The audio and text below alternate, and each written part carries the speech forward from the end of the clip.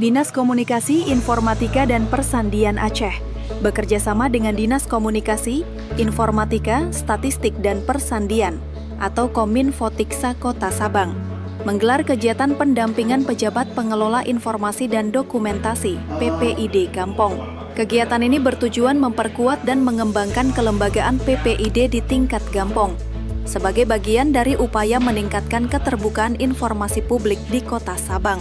Kegiatan yang dilaksanakan pada Rabu 8 Oktober 2025 ini diikuti oleh 4 Gampong, yaitu Krung Raya, Anoy Itam, Batesyok, dan Anet Laut.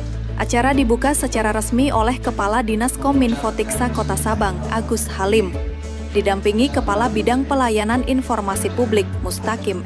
Sementara itu, Dinas Kominfo Aceh menghadirkan 2 narasumber, yakni Asriani dan Rahmat yang mewakili Kepala Dinas Kominfo Aceh, Marwan Nusuf. Dalam kegiatan ini, para narasumber menyampaikan berbagai materi penting seputar kebijakan keterbukaan informasi publik, mulai dari manfaat dan dasar hukumnya, mekanisme uji konsekuensi, hingga langkah-langkah teknis yang dapat diterapkan oleh aparatur Gampong dalam melaksanakan pelayanan informasi kepada masyarakat. Peserta kegiatan terdiri dari kecik, perangkat Gampong, serta pengelola dan admin informasi dari 4 Gampong terpilih. Dalam sambutannya, Kepala Dinas Kominfotiksa Kota Sabang Agus Halim menyampaikan apresiasi dan terima kasih kepada Dinas Kominfo Aceh atas pendampingan dan dukungan yang berkelanjutan. Menurutnya, kolaborasi ini sangat penting untuk memperkuat kapasitas aparatur Gampong dalam pengelolaan informasi publik yang transparan dan akuntabel. Ia juga memberikan apresiasi kepada para kecik dan perangkat Gampong yang hadir langsung dalam kegiatan tersebut sebagai bukti komitmen terhadap keterbukaan informasi di wilayah masing-masing.